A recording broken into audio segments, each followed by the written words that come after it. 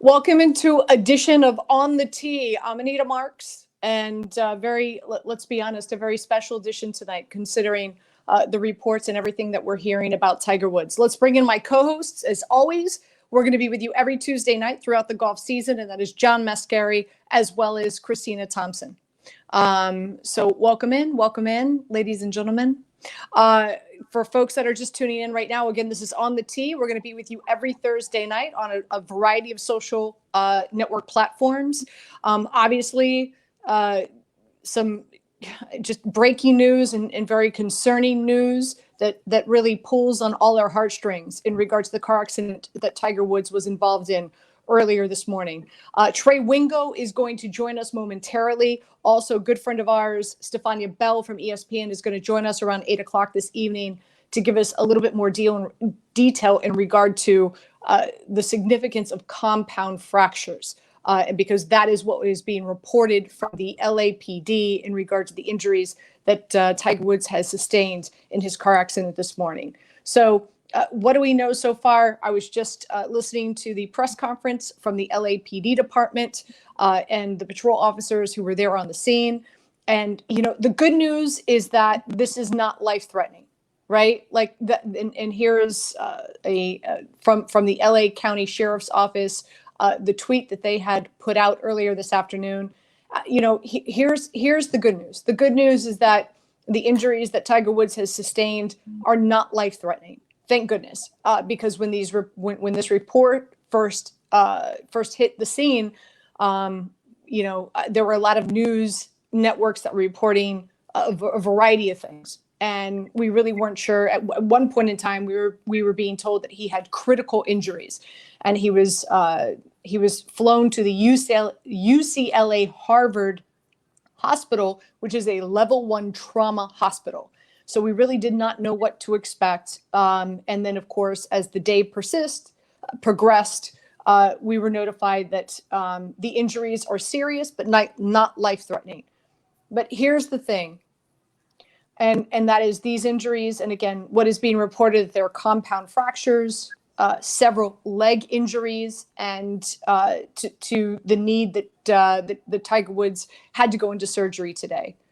So again, the positive is that they're not life-threatening, but the negative is, and I'm sure I'm concerned, and where my mind goes to, and I would imagine that a number of our viewers and our listeners go to, and that is, will we ever see Tiger Woods play golf again?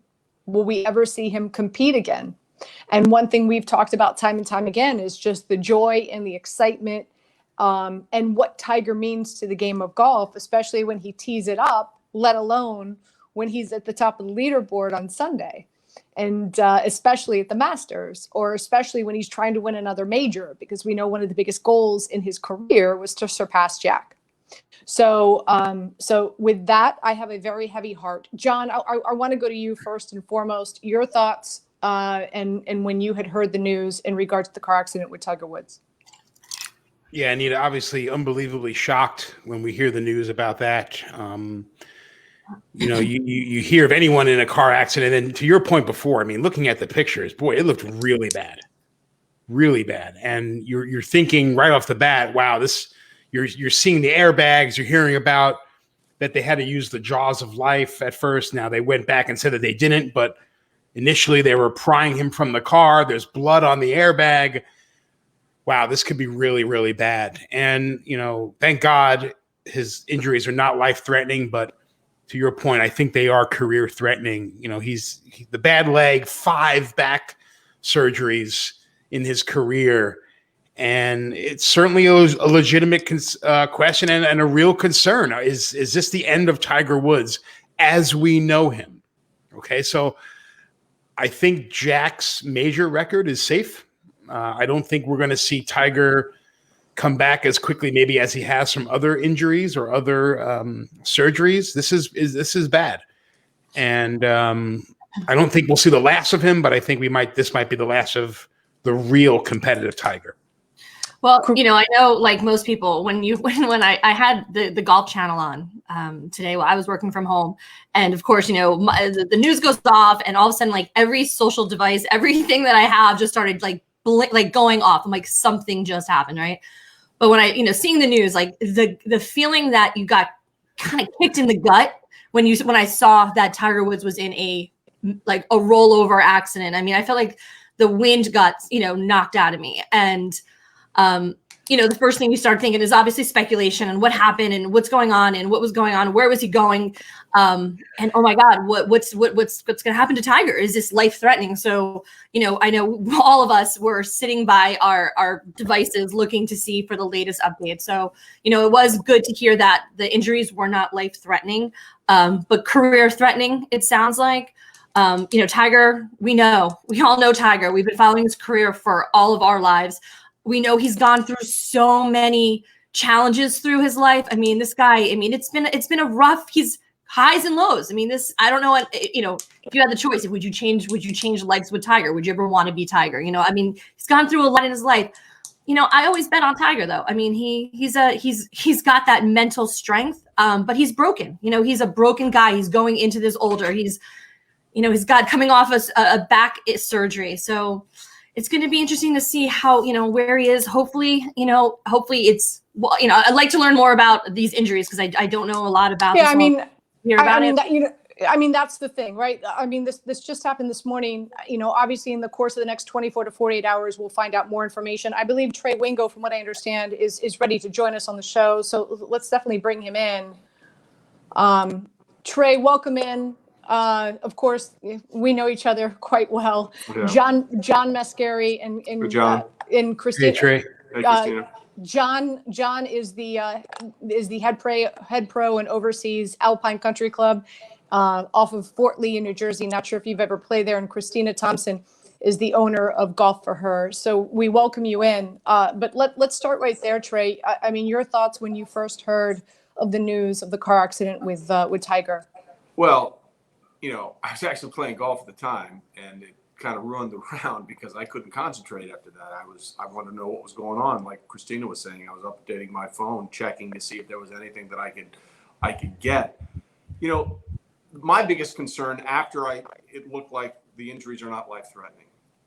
He just had his fifth back surgery, like literally just had a fifth back surgery, and anybody knows that back surgeries are always problematic for golfers. And the first thing I thought of, I thought of two things.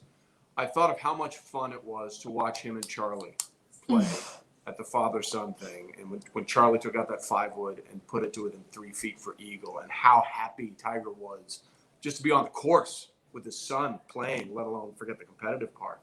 And we had Nota Begay on our radio show after Tiger won the Masters, because nobody knows Tiger better than Nota. They were teammates and roommates at Stanford. He was one that gave him the nickname Urkel when he was a freshman, so they go way back. And I asked Nota at that time, I said, just so people understand how far he's come, can you tell us what the lowest of the low was for Tiger after that last back surgery? That was the fourth one in 2017. And he said, Trey, at one point, Tiger was sitting in a chair in a room, and he said, Nota, I can't get out of the chair. I need you to help me get out of the chair.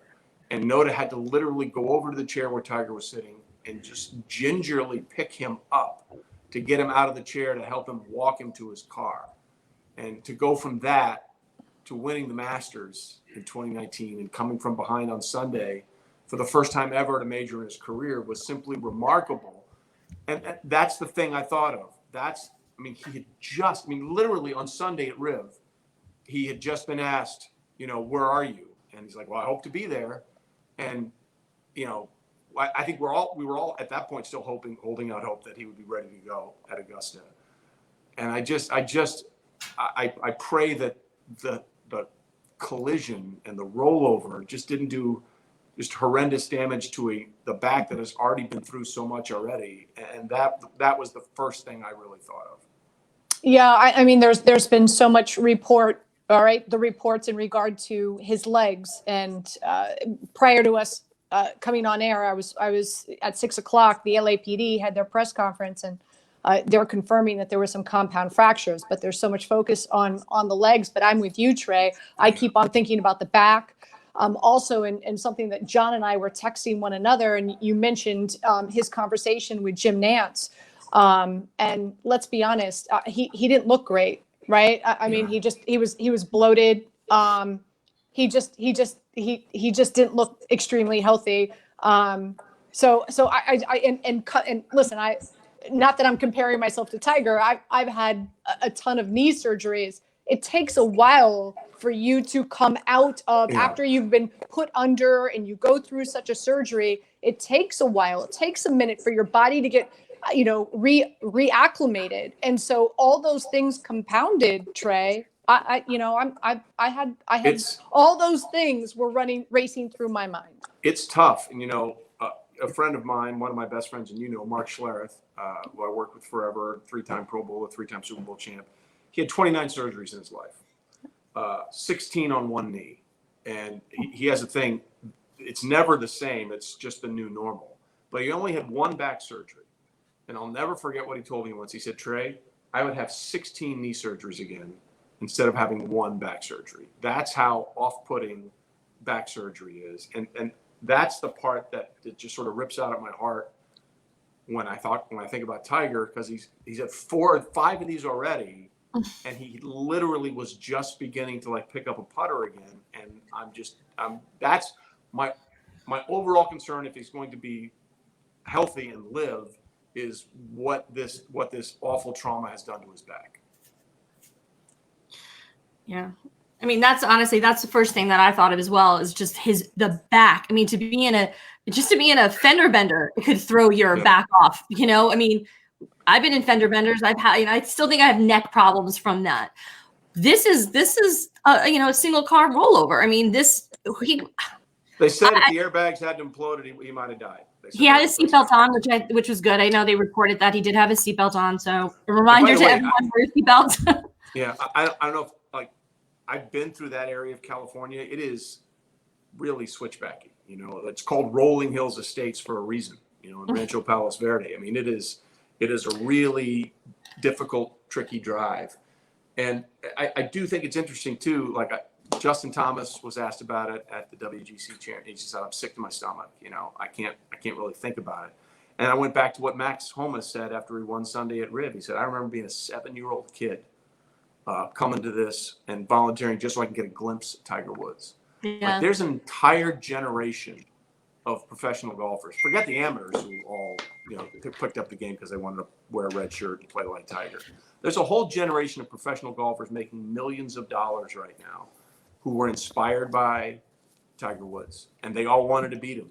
And they all wanted to, the old line was, "Boy, I'd love to get Tiger at his best." And Armin Contain's line from the HBO, "Hell you do, because you don't want to see this guy at his best." But he literally, there's a picture that Rory McIlroy posted just yesterday.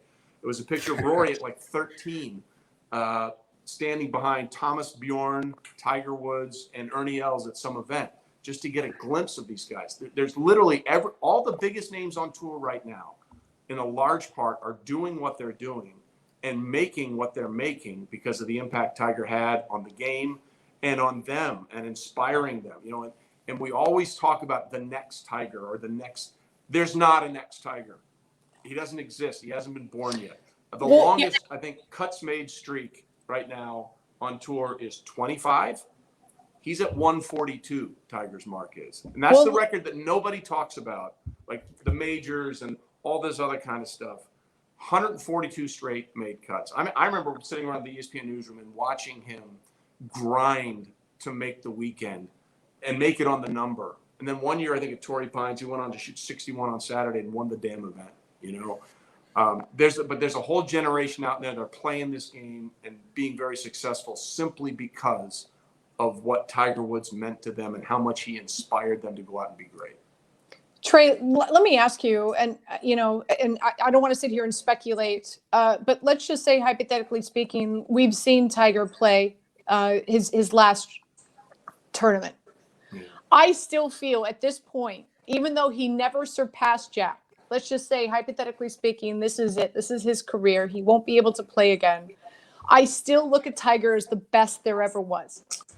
Yeah. And I know we live in this society, right? Where like the more championships you win, that's what dictates you as the greatest of all time. Yeah. But even though he still did not surpass Jack, I still look at Tiger, and I don't know if it's a generational thing. And listen, I grew up watching Jack with my grandfather, but I still think Tiger, if this is it, I still feel Tiger was the greatest of all time. I'm curious if you feel the same way. Yeah, a couple of things there.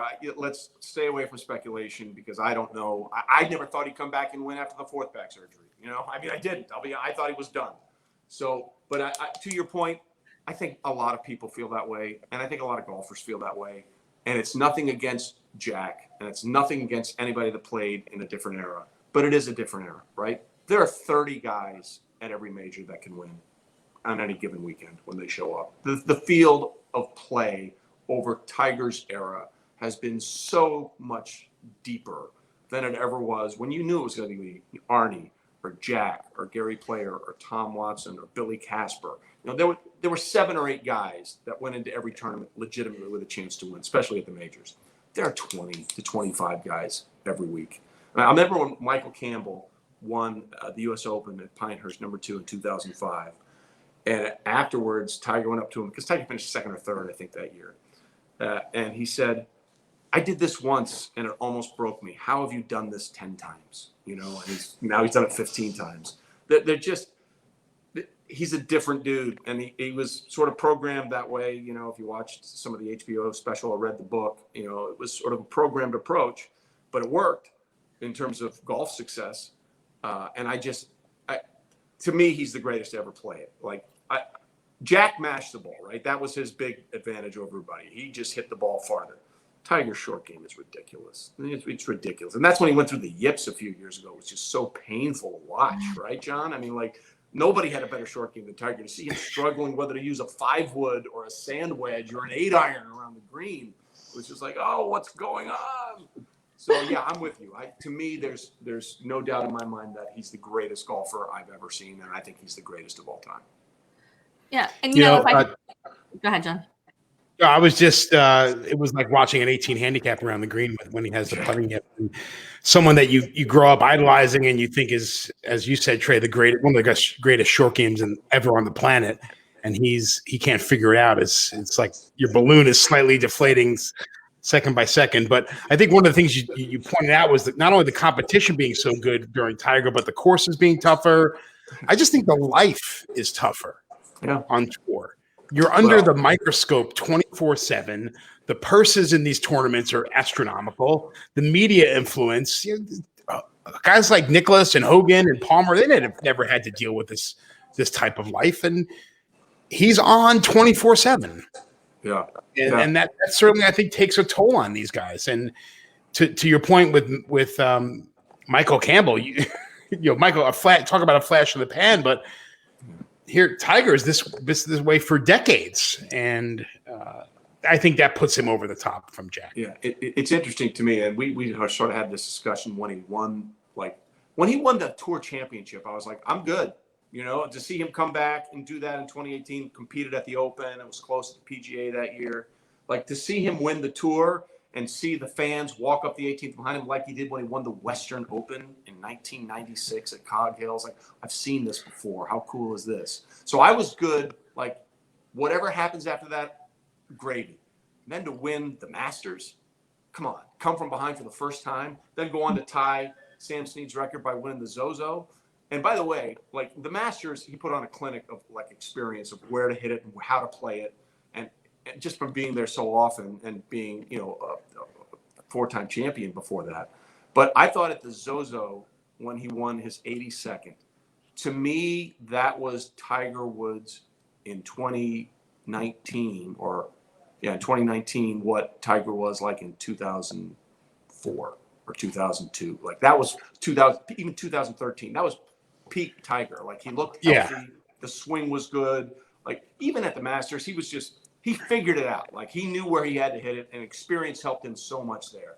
But when he won the Zozo, I was like, I remember that dude, and he was the freaking dude. Like that. Yeah, that was the he one. took the Zozo aggressively, whereas I think in the Masters it was more of, hey, I know where to hit it, I know where my misses are, I'm going to be a little less aggressive. But yeah, I remember the Zozo was like vintage Tiger. Yeah. It was great. And you know, just to end on this, Trey, and it looks like you've got a beautiful beach background, and it looks like you're on vacation. I know, we're so jealous. So we'll let you continue with your vacation. But you know, you mentioned the Masters, and you know, part of me feels a little selfish right now, right? Like in that, you know, when his last Masters that he won, it's like it was one of those experiences where like I remember where I was. I was in the financial district in New York. I was at Del Frisco's. I was sitting at the round bar, big screen TVs everywhere. And when he turned the back nine, and then you were getting the feel and the vibe and the flow that he was going to win this. The bar, all of a sudden, it was 5, 6, 7 back in downtown New York City. And everybody, I mean, strangers, there were people that were there from Boston that were there to see, you know, like, God bless, Ground Zero.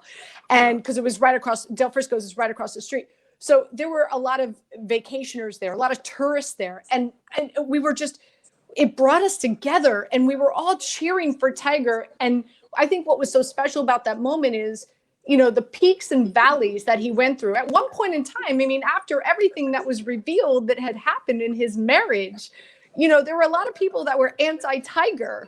And so for us as a cut, and I think this is the beauty about sports, right? This is what I love about sports and what it does to us and what it does for us as a nation is that, you know, here's a guy that maybe a number of people, a large portion were down on at one point in time. But he picked himself up, he brushed himself off all the obstacles that he had to face, and now he's about to win another Masters, and we were all cheering for him. It was like we were all cheering for the guy who got it back together. And and I will always remember that afternoon. I will always remember that day. I will always remember how I felt, and I owe that all to Tiger. And there's a part of me right now that I pray to God that he'll be able to play again. But there's a part of me that is worried and concerned that maybe we that's the last time we will experience that situation with Tiger Woods. And we don't know. Yeah. Couple of things. First of all, you know, people say Tiger moves the needle. No, in golf, Tiger is the needle. Okay. Yeah. The needle is Tiger. They're the same thing. To your point there, though, like his first Masters, my son was not even 2 years old sitting on my lap. In 2005, I was watching with my dad when he chipped in on 16, and somehow Chris DeMarco missed that birdie putt, and they went on to, you know, win it. Tiger went on to win it in the first sudden death hole. In 2019, I'm watching on a Sunday morning thinking, oh my God, he's going, when he hit the shot on 16, I'm like, I turned to my wife and said, holy shit, he's going to win. He's going to win. Just saying that right now, the hair on my arm stood up. Right? It just stood up. Mm-hmm. And so, like, the greatest moments that I have watching golf have mostly been about Tiger, but they've also been very family related. And to your point about 2019, I know you guys got other stuff to do, and I'll leave you with this. Like, that was the icing on the sundae. Like, if they do the epic biopic, whatever, you know, about Tiger 10, 15 years from now, the final shot will be him walking off the 18th at Augusta, hugging Charlie, probably melded with the shot of him hugging Earl when he won his first one. And then the screen will fade to black and it will say Tiger went on to blah, blah, blah, blah, blah. Because that was more than we could have ever thought we would ever get again. And yet we were given that one and one more at Zozo. So I hope that he's healthy. I hope that he's happy. I hope that he can do whatever he wants. And if we get golf, that's just great. Trey, thank you so much for joining us. Again, always a pleasure. Always a pleasure to see your face. Yeah, thanks. Appreciate it, guys. Thanks so much. Cheers. You got it. You got it. Cheers, man. Thanks, Trey. Again, Trey Wingo joining us. You know, it's tough. It's guys. Yeah. It's tough because there's so many things we don't know. Again, here's the positive. The positive is we're being told this isn't life-threatening, right? I mean, at the end of the day, that's the most important thing. You know, what's really concerning here is, you know, we just don't know. We just don't know if we'll ever see Tiger Woods play again on tour. And Trey makes an excellent point. You know, it's and Christina, you had alluded to this as well. And that is, it's not just, a car accident with a healthy 40-year-old. And I want to say I was watching TV today, and there was somebody who was reporting like Tiger's 40, Tiger is 40 with going on 70. He's like 40 in a 70-year-old body. Yeah. Yeah, recovery is going to get harder and harder. I mean, if it was your first injury of any sort, healing is a little bit better. But when you've been beat up and dragged around and, undergoing the number of surgeries he's gone under and the severity of those surgeries, it gets harder and harder for your body to recover. And he will recover. I mean, honestly, I don't know if there's anybody out there who's got a stronger mindset than Tiger Woods. I mean, we've seen him so many times. But honestly, I've said it, we talked last week about the Tiger documentary that was out, and, we were talking about the history of Tiger and the things that he's gone through. But I've said it, that Masters in 2019, if that was the last tournament that he ever played, I would be okay with the chapter of that part of his golf career ending there, because I think it was just so spectacular, that Masters event. I hope it's not. I hope he can recover. I hope we can see him in a year or two get back out on the golf course. But I just think that Masters in 2019 was like his life coming full circle, and then looking at Charlie, at the future of golf. And honestly, I get chills when I think about it, and I think it's so special. So, John, if you can, I know, because this is something that the three of us were texting earlier, and that is the Ben Hogan story, right? Mm-hmm. Like we're we sit here and we talk about Tiger, and maybe I don't sound as optimistic as maybe I should be, but keep in mind, another phenomenal golf great, Ben Hogan, went through something very similar to this. If you can kind of share that story with our viewers. Yeah, sure. So, obviously, Ben Hogan, one of the greatest players to ever play the game. In 1949, he was in a bad accident. His Cadillac, got hit by a bus.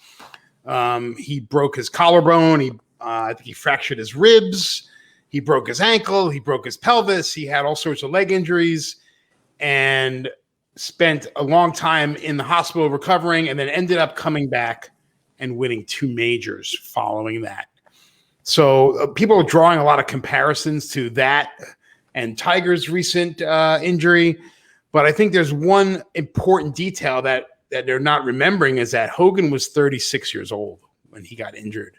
right. And Tiger's 45. So I know, Christina, you touched upon it a little bit when Trey was on, with your body doesn't recover as quick as you get older. And all of us are over 40 years old. So we know how that is, where a little injury when you were 25 is now not a little injury when you're 45. So, obviously, I don't know we'll find out more, like you said, as the days go on, how bad Tiger's injuries truly are.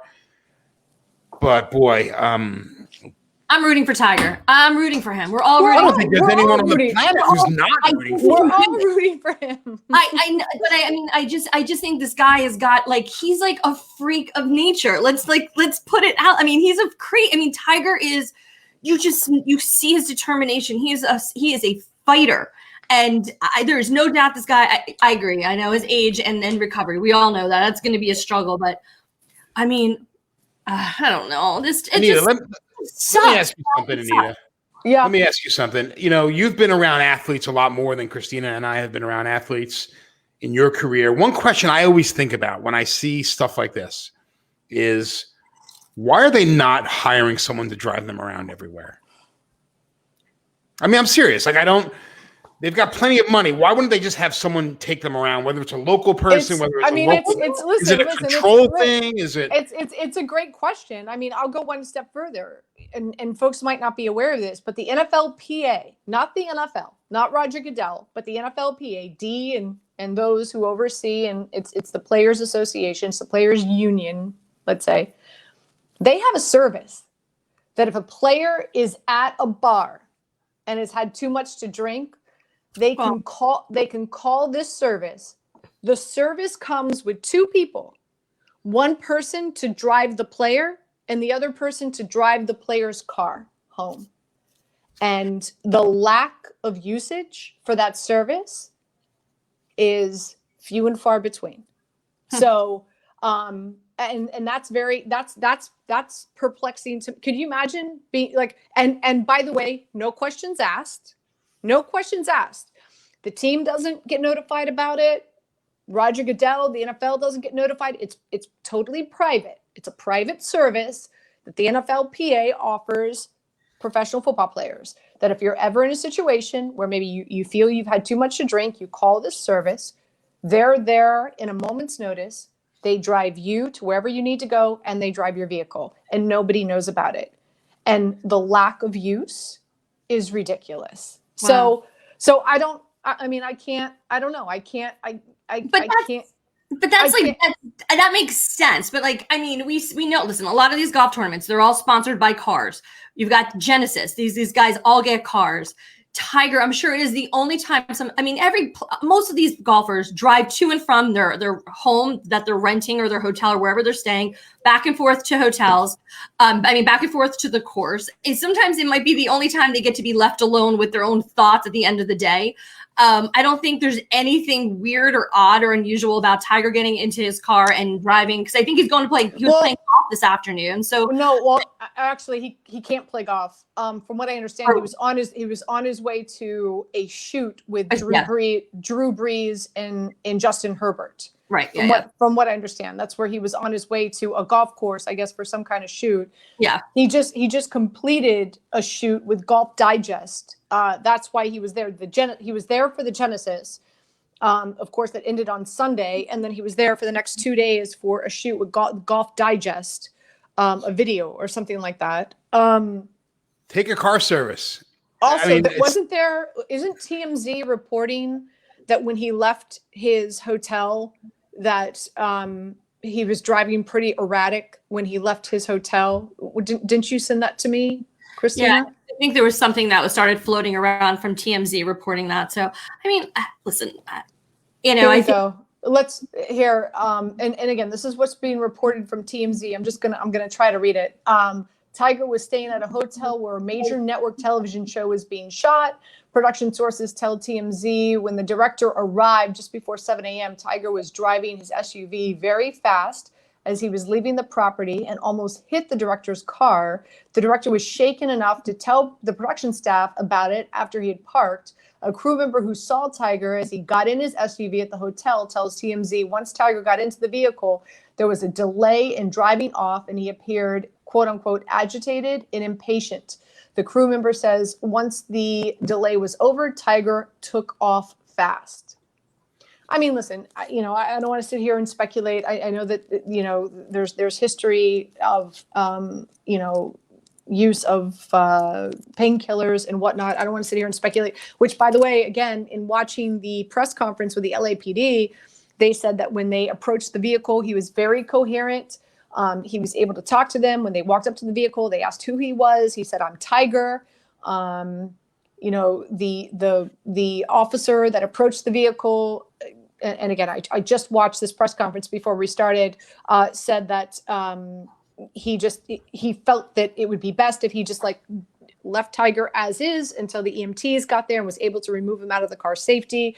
I know at first reports were that they had to use the jaws of life, but that wasn't the case. I mean, they had to use some type of device to, I guess, get the windshield off to get Tiger out, but it wasn't whenever you hear the jaws of life, I mean, obviously you're like, so, yeah. I don't want to sit here and speculate, but that is something that's being reported by TMZ. Yeah, and I know this is probably, I don't know, but I was looking at the car and wow, man, it looked a mess. But my first thought was, wow, the roof of that car looks pretty good for a car that was just in a rollover. So, I mean, it looked like it was a safe vehicle and airbags deployed. So, fortunately, he was in a good, safe, sturdy car. I mean, wearing a seatbelt had a lot to do with hopefully him having. Maybe if he just has, leg issues and bone issues and broken fractures or whatever, hopefully there's no additional damage or injuries to his back. I mean, honestly, the first thing I thought of was, oh my God, Tiger Woods is going to be paralyzed. I mean, honestly, it just crossed my mind. Like, okay, he's okay. He's got these broken bones, but he could be paralyzed. So our minds just start racing in a million directions. I'm trying not to like speculate and try to just wait for the doctors and his agent to release the next statement. And hopefully it's all good. And hopefully it's going to be the news we want to hear, and that he's going to be okay. And it's not too serious. So hopefully. All right. I mean, again, we had a full show lined up for you this afternoon. And then, of course, unfortunately, this accident happened. So let's talk about some other news, and let's recap what happened at the Genesis, guys. Because man, Max Homa, who by the way got back to me, very nice of him. I reached out to Max Homa on Twitter. Isn't Twitter great? It's unbelievable. I love Twitter. So I know. So I reached out to him on direct message. Yes, and that is John Mascari's Twitter account right there. Why don't you point to it again, Mr. Mascari? There you go. And he got back to me and he said he apologized. He said, "I'm sorry." He's like, "I just, I don't have time." I totally understand. You just won the Genesis. Why would you have time to join us on the tee? But regardless, I thought it was really nice that Max Homa, he actually took the time to respond to me on Twitter. So I thank him for that. But Max Homa, he wins. He beats Tony Finau in a playoff. Now, it was a very special win for Max because he grew up only 30 miles away, which is a pitching wedge for him from Riviera. And I don't, and again, I don't want to bury the lead. I'm excited for Max Homa, and it's great that he won the tournament. But, I think the bigger storyline here, guys, is Tony Finau, right? I know, John. I mean, he misses a 7-foot putt for the win, and then it goes into a playoff, and then he misses a 10-foot putt on the second hole to lose it. And now 10, count them. You talk about somebody who's the Susan Lucci of golf. 10 runner-up finishes, and he's 0-3 in playoffs. 0-3 in playoffs. Yeah. So he's like the bridesmaid, never the bride. Like every time, the guy is there. I mean, there is anyone who's been watching us these last 3 years know we are Team Finau on the tee. I mean, we root for him. We pick him every week. We all want him to win. I mean, since his win in 2016 at the Puerto Rico Open, he's had 37 top 10 finishes since then, and can't get that win. So, John, what in watching him play this weekend, what do you feel it was?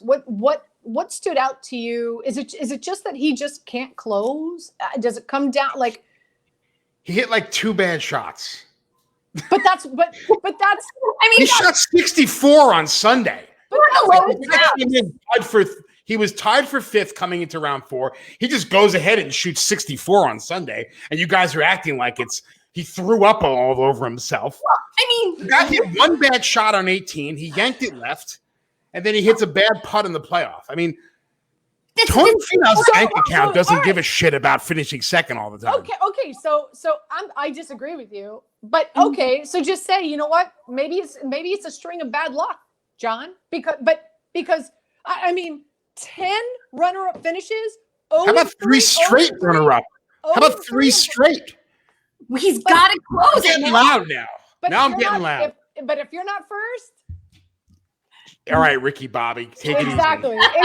Exactly. I do want to share this with you, and of course, you guys know him. And that's Goose, the best caddy at Liberty, the best caddy at Liberty. We love him.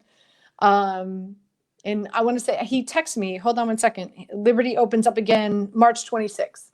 So. You got our number, Goose. So Goose texted this to me after Finau lost. Okay, because Goose is at every tournament I text Goose. I'm like, all right, who do you like this week? Him and I have this I like reaching out to caddies, right? Caddies see things that maybe we don't, right? So and every week Goose is like Finau. I'm like, okay, enough with Finau. Anyway, so this was his text message to me. Reason for preaching Finau is because last time I was with him, his ball striking and directional control was the best I've seen from anyone in the last 12 or so years. He should win at least 5 times this year. He's doing everything right. Yes. He's just a little snake bitten. And guess what's going to happen? He's going to get that monkey. See that monkey? Off his back in a big way at a major. I'm telling you, mark it down. Save this clip. Tony Finau is winning a major this year. Yes. If he does, we are having a Tony Finau party. 100. Yes. Young. And I don't know. Like I don't know. I don't know. On I was just gonna say I don't know what Samoans do when they celebrate, but we're gonna be like we're gonna make Samoan cocktails. We'll have Samoan drinks. We're gonna have a huge Tony Finau party when the first time he wins. Anywho, what about Jordan Spieth, you guys? Are you buying or are you selling on Jordan Spieth right now? I'm buying. And I cannot believe I'm actually saying yeah. Really? I know. We had this conversation. I was like, I have swept him under the rug, moved him into the corner, put him in a box, no interest. But big picture, let's think. He'll probably fucking win next week, probably. What'd you say? Oh, he's gonna probably win next week. I mean, that's how it rolls, right? But I mean, listen, he was 5 shots behind going into the final round. I mean, he can only manage that, 71 and a tie for 15, but he's a 3-time winner. He's in good shape. He looks hungry. I cannot believe I'm saying these words. I can't believe it either because John and I are not buying. We're not buying. Okay. What's the buy sign? Sell. And this is the part of the show that I have to admit I have to eat crow. Because I was that girl. I was Karen. I was right. I was that girl last week. I know where I said some very bad things about Ricky Fowler. Yeah, you should look into the camera, Anita, and say that. Thank you. Ricky, I'm eating crow. There it is. I sincerely apologize. I said that I did not expect you to make the cut last week. This past week at Genesis, and I questioned your golfing skills and your lack of competitiveness, or is it competitive? No, your lack of success based on maybe the fact that you got married recently, and I feel really bad. That was a very heartfelt crow eating by you, Anita. And I feel really bad. That was from the heart. You really got that, like right from the heart. And I feel really bad about it because do you? I do. Okay. I do. In fact, I felt so bad about it. Brett, our producer, who's behind the screens, he'll pop up. Which, by the way, if you've got questions for the show, hit us up on the message board. We will answer your questions at the end of the program. But in fact, I text when Ricky made the cut heading into the weekend, I text Brett and I said, Brett, pull that clip, send it to me so I can eat crow on social media because I felt really, really bad about what I said. So I just want to get that out there. One more thing I want to talk about in regard to the Genesis, and we're going to get into the WGC that is kicking off this Thursday, which is going to be in Bradenton, Florida, as opposed to Mexico because of the pandemic. But Justin Thomas, dude, listen, horrible choice of words, right? I'm sure he's extremely regretful about what he said. Sponsors have, pulled out and are no longer in his camp. On top of that, unfortunately, he lost his grandfather 2 weeks ago. So, man, it's just, here's the thing. Justin Thomas is hands down one of the best golfers in the world. And for him to play as horribly as he did at Riviera, and for him, and his putter, his putting was just atrocious. It just goes to show you how big of a mental game this is. And not to go full circle and to bring Tiger Woods back in this, when Tiger's world crumbled around him years ago, when the whole thing happened with his wife and his sexual life was exposed and all that, and it took him so long to win again. it just goes to show you so many things have to be aligned properly. Golf to me is the hardest sport. I've been very blessed genetically. Sports were always easy to me. I was always either captain or first picked, even with the boys, right? Like I was the last one standing in dodgeball, even though now elementaries don't want to play dodgeball anymore, whatever. I just Dodgeball? was, yeah. Do you hear that? Schools don't play, they don't want to play dodgeball anymore. They don't think it, they think it damages. I hated dodgeball. I love dodgeball. I love Anyhow, my whole point is, it's the most difficult sport I've ever tried to master in my life. And I think a big reason for that is because I'd go so far, and John, please correct me if you think I'm wrong, Christina as well. I think it's 75% mental. Yes, you need to have a great swing. There's so many things that needs to work in your game, but mentally you need to be focused. And if you are off in any way, shape, or form, especially at that level, forget about it. And so and my heart goes out to Justin Thomas. Not that I support anything he said. I think it was pretty disgusting, what he had to say. But nonetheless, I still want to see him kind of recoup and recover from this and do well. But I'm fading him this week. Yeah. In Braden, I think this is going to take a minute for him to kind of, especially keep in mind, he's one of Tiger's closest friends. I was just going to add that. I mean, if you watched the interview today, he was visibly shaken up and holding back tears. I mean, Tiger was his mentor, so he's had a lot of these things going on. And so again, if you had to put money down, I don't know if I'd be looking at Justin to pull together. I think he's got a lot of emotional things going on. It does weigh a lot on these players, and I think this week is gonna be impactful for him. So I hope he can get it together. I mean, we all root for him. I mean, we all love watching Justin. I think he's a fantastic golfer, but I think he's struggling a little bit, and he's had, just like you said, a string of mishaps in the media and in his circle that I hope he can dial it down a little bit, refocus, and come back. But I don't think we're going to see a stellar performance from him this week. Okay, Christina, you can give me your money, and Anita, you can give me your money, and I will bet it on Justin Thomas this week. Okay, so Top five.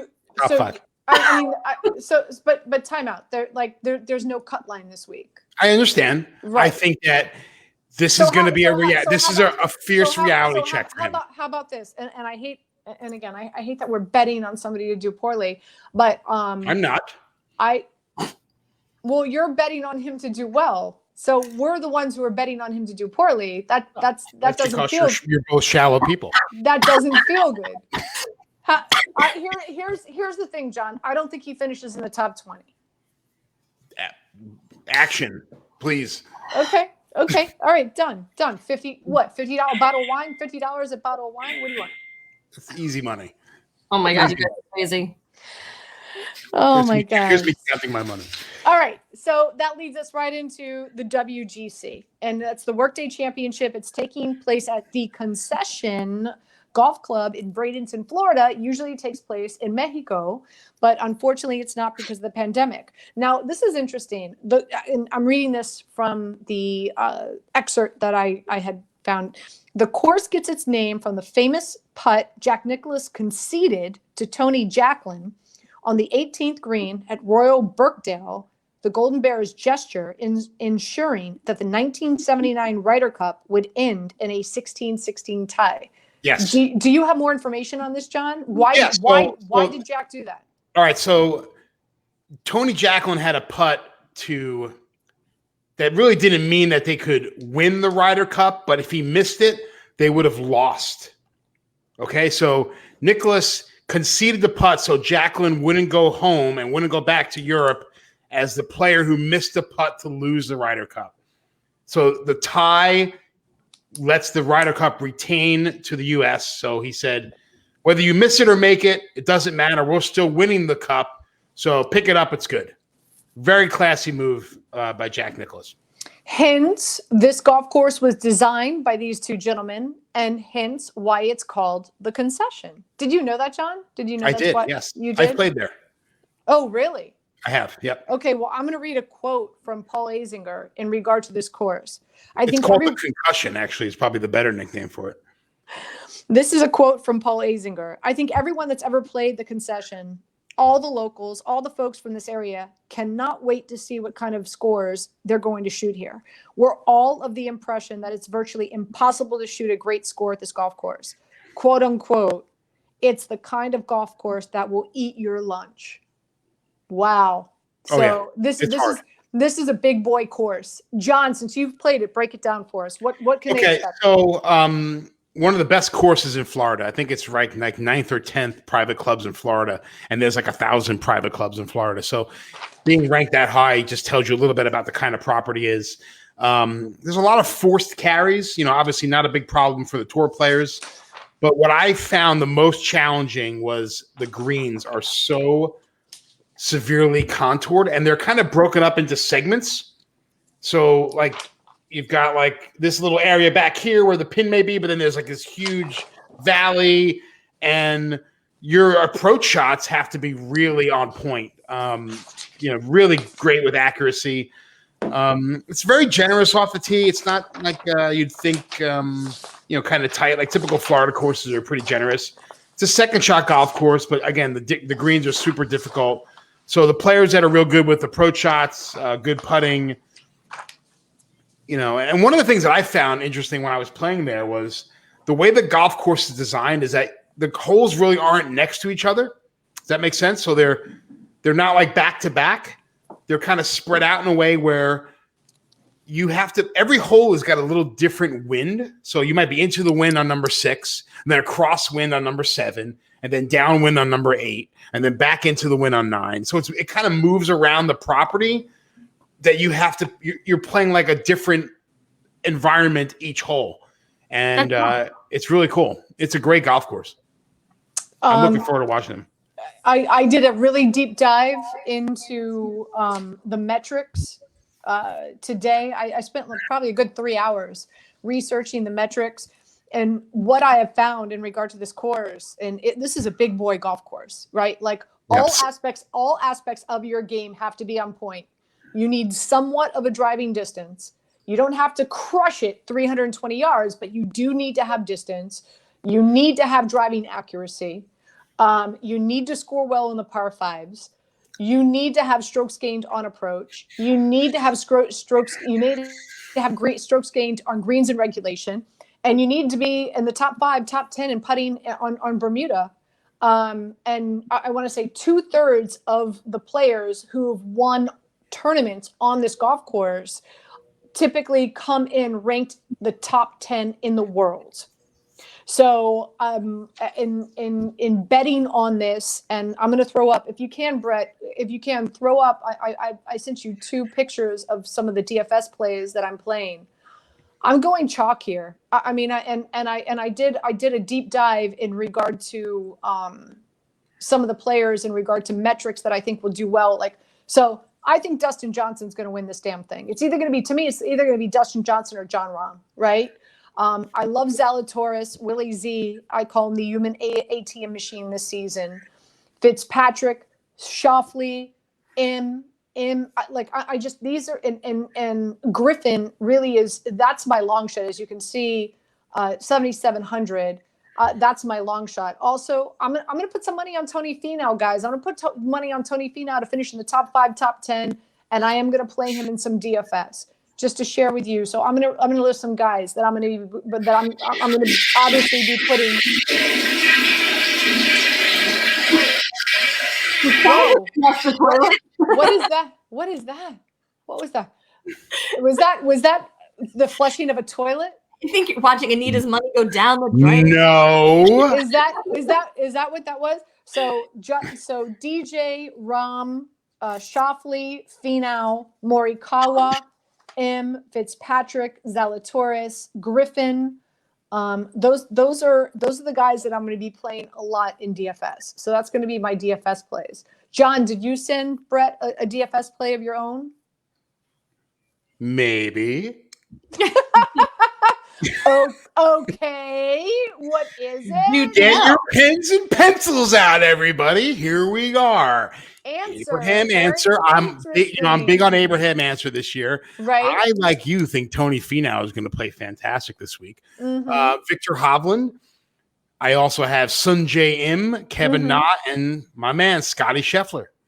So very interesting. Scheffler's metrics fit extremely well on this golf course. I like that pick. I like Scheffler. I do like it. That's a good pick. And listen, this is a no cut event, so this I think you going chalk is probably a good idea.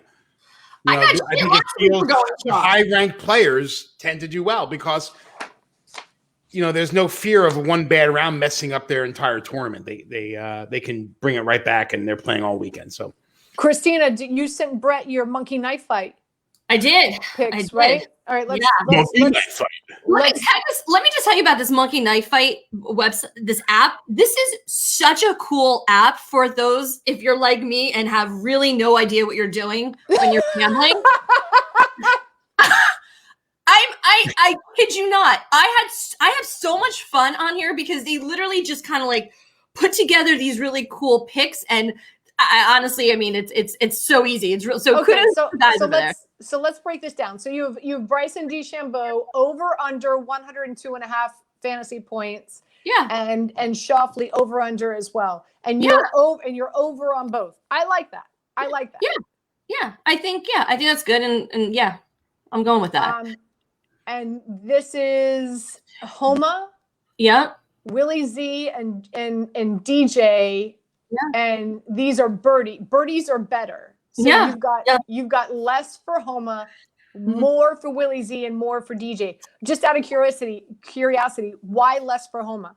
Well, I think Homa, he had 17 birdies and 2 eagles last week. So I think he played really well. I think he had a lot of momentum, and the tournament was just his to win. I don't think he's going to pull that again. So I'm going less on that. I think Zalatoris, as I'm saying his name right. Just Willie Z. You have to be able to pronounce the people you're betting on.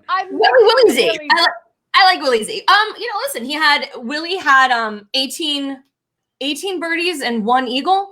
I think he's right there under the radar. I think he's going to play well. I think he can pull it out. So I'm going with more for him. And DJ, listen, he only had 16 birdies last week, no eagles. So listen, it wasn't his best showing last week. So I think he's going to bring his A game. You're picking him to win. I think he's going to deliver for me on a 17.5 more birdies.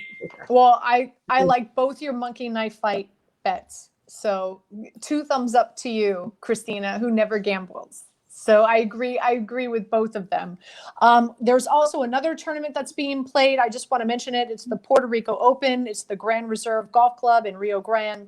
Is it Grande? Puerto Rico! In San Juan. It's a field of 132. Some of the names that might sound familiar who are playing there: Emilio Grillo, Ian Poulter. I like Brandon Grace, by the way. He finishes his last 2 finishes. He finished 34th and 20th. So that's who I have money on to win the Puerto Rico Open. I know that, we had a lot of other news and notes we were going to share with you tonight, but obviously because of the Tiger Woods news and Trey Wingo joining us, which, by the way, I just got a text message from Stefania Bao. She said that there's no confirmation in regard to ESPN. There's no confirmation with ESPN right now in regard to it being a compound fracture. So until that is confirmed with ESPN that Tiger Woods suffered compound fractures, she would rather not join us until that is confirmed with ESPN. And I totally understand. I totally respect that from Stefania Bell. So Brett, she's not joining us for the show. But really quick, Christina, if you can, because I do want to end on some of the questions and comments from our viewers. But first, if you can, give us an LPGA update, because there's a big tournament that's taking place in Orlando, Florida, with Annika Sorenstam back in action. I can't wait to see. I cannot wait to tune into this and see her play this weekend. I know. Yeah. So this week it's not the first LPGA event of the 2021 season, but it's the first full field tournament. And it is packed with players to watch. We have Annika Sorenstam, who is coming back after a retirement. She will be playing along with some other notables like Laura Davies, and Yanni Sang is actually coming back after 23 months of not playing in an LPGA tournament. There's going to be 6 of the top 7 players from the Rolex ranking. We've got major champions playing in it. I mean, it's a great tournament. We're really excited for it. It's just so good to see the LPGA back out there. The women are playing, like as many of you know, we sponsor several of the players playing in the tournament this week. So we'll be rooting for Jane Park and Tiff Joe, who will be out in the field. But, tune into it. The women really need the support. It's an incredible tournament. We've got players like Madeline Sackstrom, who's, she's going to be defending her title this year in Orlando. She won this tournament last year, but she, one of her idols growing up was Annika Sorenstam. So has to defend her title while playing against her childhood idol. So it's there's a lot of great storylines out there. If I were to put some money on one of the players to win the tournament, I'd put some money on Danielle Kang. She's on fire. She's had, 2 wins, 5 top 10 finishes last year, and finished solo second in the first event of the season. So a lot of things to watch. So I really encourage you guys to watch the LPGA this year. I'm going to be talking a lot about it this season on the show. But the first tournament kicks off Thursday. So tune in and watch. Fantastic. Also, before we get to our questions, if you can, Brett, I'm assuming you've got those FedEx, the FedEx Cup standings.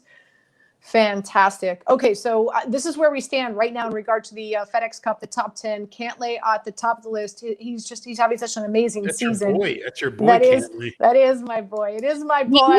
You always go for him, huh? So close, but yet so far the last 2 weeks. I'm not picking him to win this week. I am picking Dustin Johnson. DJ, he's at number 2. Schauffele 3. Hovland, your guy, John. I like him as well this week.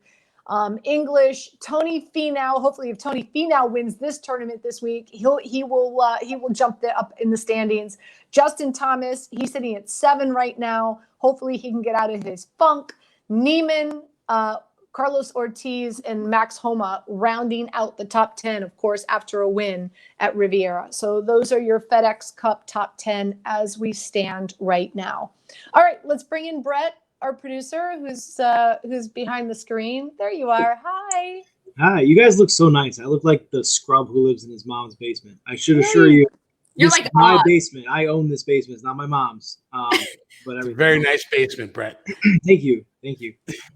So do we have some questions or comments from our? Yeah, we got a few.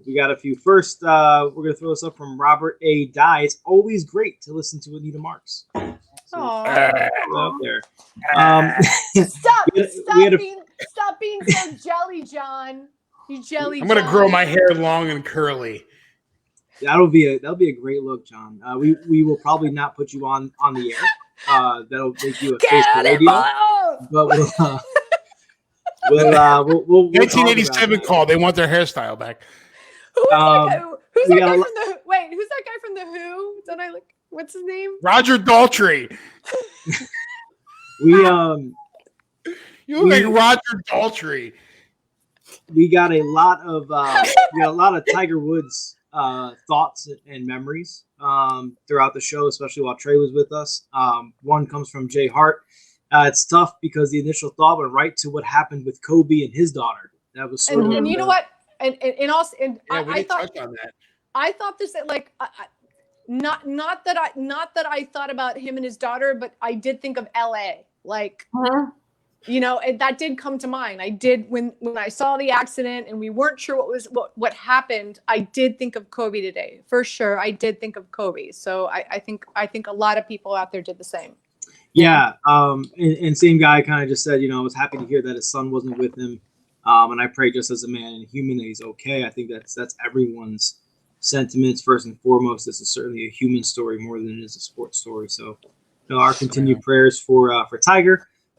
This was in regards to Tony Finau in your conversations about always a bridesmaid, never a bride. This comes from Azrala 2929 calling Tony the king of choke. John, what are your thoughts on that, man? Like I said before, the guy hit one bad shot on 18 and he had a bad putt. I wouldn't call Tony a choker. He called him He the king of. He called him the can't LeBron get James to of the door. choking. Is what just He happened. can get to the door. He just like can't kick the door down. I need Tony like kick the door down. Kick it down, Tony. He needs some fire. I want to see more fire in Finau this round. I do. And I'm gonna end with what I did last week, where I brought a football analogy in, and John's face kind of looked like I mentioned like curling or something. But Anita, especially for you, when we talk about the leg injuries to Tiger, for me it brought up a lot of Alex Smith and what we just saw Alex Smith go through for the Washington football team over in the NFL, and just what a grueling, remarkable comeback that was. And it's unfortunate we couldn't get Stefania, which I'm grateful that she's waiting for confirmed information before joining us. But it makes you wonder, like, do we think it's possible that Tiger could put together a comeback? I mean, Alex Smith went through some crazy things, but to John's point, when he brought up Ben Hogan, Alex Smith is also in his mid-30s. Is this something we should expect from a mid-40-year-old athlete, guys? I just, again, I think it's a series of things, unfortunately, that Tiger has had to go through, right? It's not and I wrote these down today. 5 back surgeries, right? His latest was a micro discectomy where they removed fragments that were pinching the nerve. Keep in mind, he also had a spinal infusion. He's had 5 knee surgeries, okay? Cartilage, he's had Achilles, he's had ACL, he's had stress fractures. Yes, say it, Anita. Stress fractures in his leg. He's had oblique problems. He's had elbow problems. I mean, it's just like the list goes on and on. On top of, do you have the photo, by the way, that we sent you from his interview with Jim Nantz? Do you have that, Brett? I do not have that. Okay. I was on a good streak. Every time you asked for something, I had it. I know. Fail in the end. You're a rock star today. The 3 of us were the 4 of us were texting before the show. Let's be honest. He just didn't look good on Sunday when he did the interview with Jim Nantz. Right. Yes. You know what I mean? He just didn't look good. Like, he looked bloated. He didn't look good. Is he on painkillers? Is he not? Like, I just, we just don't know, where his body is right now. So, that's again, at the end of the day, God, there it is. There you go. Way to go, producer. He was happy. I normally producer. My whole point is high tech right there. My whole point is, God bless that. Again, reports are that the injuries are not life-threatening. Thank God, right? Because our minds went there today. Yeah. Now, my concern and where my heart is and where my sadness may wander to is, will we have seen Tiger play his last tournament? I pray to God not. And we don't know. We don't want to sit here and speculate. Right. This is why Stefania Bell is not on with us. She doesn't want to speculate. She needs to wait for confirmation from ESPN. Again, ESPN still doesn't have confirmation that they were even compound fractures. There's a lot of news out there. We need to make sure we get a hold of the facts. It's just, we're so blessed when Tiger Woods tees up. We're so blessed when he's playing on Sunday. We're so blessed when he's either the hunted or the hunter at the top of the leaderboard on Sunday. It makes us watch more. It makes us stop whatever we're doing and watch and cheer. And it's a feeling and it's an experience that very few professional golfers provide for us. And so I just pray to God that we'll be able to see him play again. I will say this, sitting back right behind the glass, so to speak, while you guys were talking with Trey. And I tweeted this out too right afterwards, because it was one of those rare moments, I guess maybe more even as a producer than just simply as an audience member watching you guys. But it's one of those things where, as you guys watch the show, right, I'm putting up graphics, we're putting up pictures and DFS lineups and all this top 10s or whatever we have, we throw it up there. But listening to you guys talk about Tiger and his impact on golf, his impact on, I mean, look, I love golf because even though I suck at it, but because like Tiger made it cool. You know, like I grew up in the ghetto, you know, right outside of Queens, and like golf wasn't a thing that we did, but like, you know, you knew about golf because you knew about Tiger, you know, and it was very emotional, quite frankly, listening to you guys talk about him, and Anita, just much the way you guys just did now. But yeah, look, I keep my fingers crossed too, just as a sports fan. This is my hour. We share him, but this is, you know, for my generation, you listen to your pops and your grandpops talk about the best ever in their lives, right? Like whether they're Jets fans and it's Joe Namath and it's this and that. Like Tiger is our GOAT. Mm-hmm. You know, we get to share him. Like we'll tell our kids and our grandkids about the great Tiger Woods. And even just as a casual golf fan, certainly not someone as involved as you guys, but the way you guys brought that to life, even for me as a casual fan, very emotional to listen to you guys today. I thought you guys did a fantastic job.